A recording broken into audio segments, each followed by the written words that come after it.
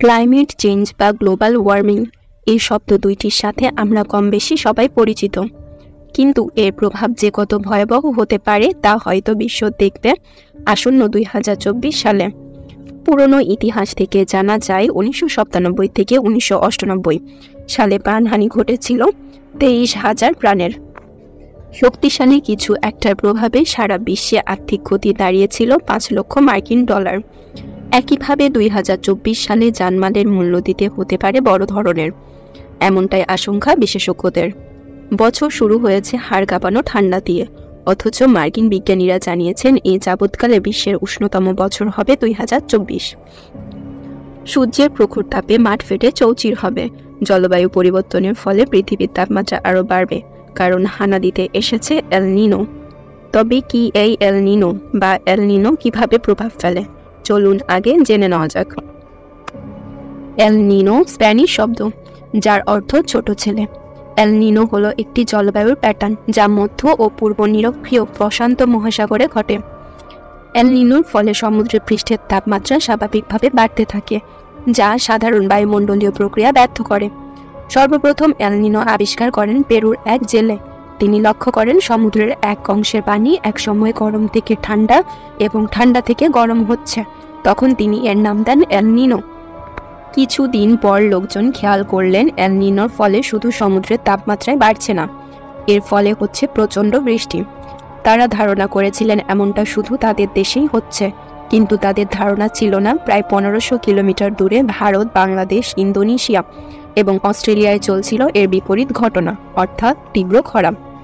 এর প্রভাবে ক্ষতিগ্রস্ত হচ্ছিল Bangladesh, Bharat, Africa, America, Australia.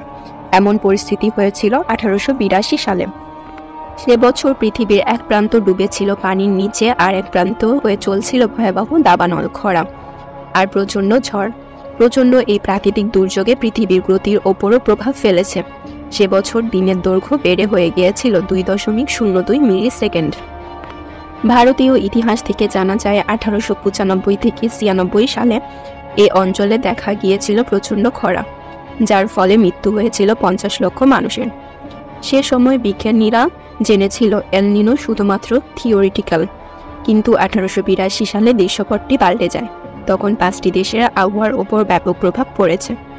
এরপরও এল নিনোর বেশ কয়েকবার প্রভাব ফেলেছে, তবে 2024 সালে এসেছে এল নিনোর ভয়াবহ রূপ। গত কয়েক মাস ধরে গবেষকরা বুঝতে পেরেছিলেন যে প্রশান্ত মহাসাগরে আবারও আবির্ভাব ঘটেছে এল নিনোর, আর তা ধীরে ধীরে আরও তীব্র হচ্ছে। এমন হতে পারে সামনের শীতে আমাদের ফ্যান ছেড়েও ঘুমানো লাগবে। 2024-এ এল নিনো একাই আসছে না, সাথে আসছে লা নিনা।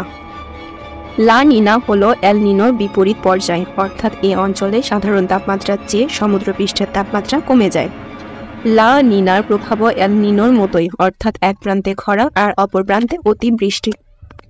বিজ্ঞানীরা ধারণা করেছেন 2024 সাল হবে পৃথিবীর ইতিহাসে সবচাইতে উষ্ণতম বছর। ভূপৃষ্ঠ উত্তপ্ত হয়ে যাবে, দেখা যাবে অনাবৃষ্টি, খরা, আর কিছু কিছু অঞ্চলে দেখা যাবে অনাবৃষ্টি, পাহাড়ি ঢল আর বন্যা।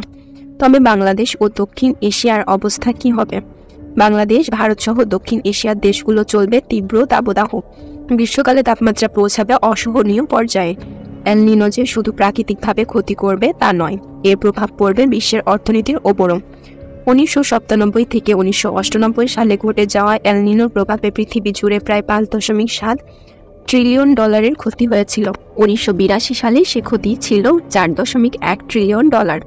তবে বিশেষজ্ঞরা ধারণা করেছেন 2024 সালে এল নিনোর ফলে পৃথিবী জুড়ে যে ক্ষতি হবে তার পরিমাণ প্রায় 84 ট্রিলিয়ন ডলার, যার প্রভাব ইতিমধ্যেই শুরু হয়ে গিয়েছে।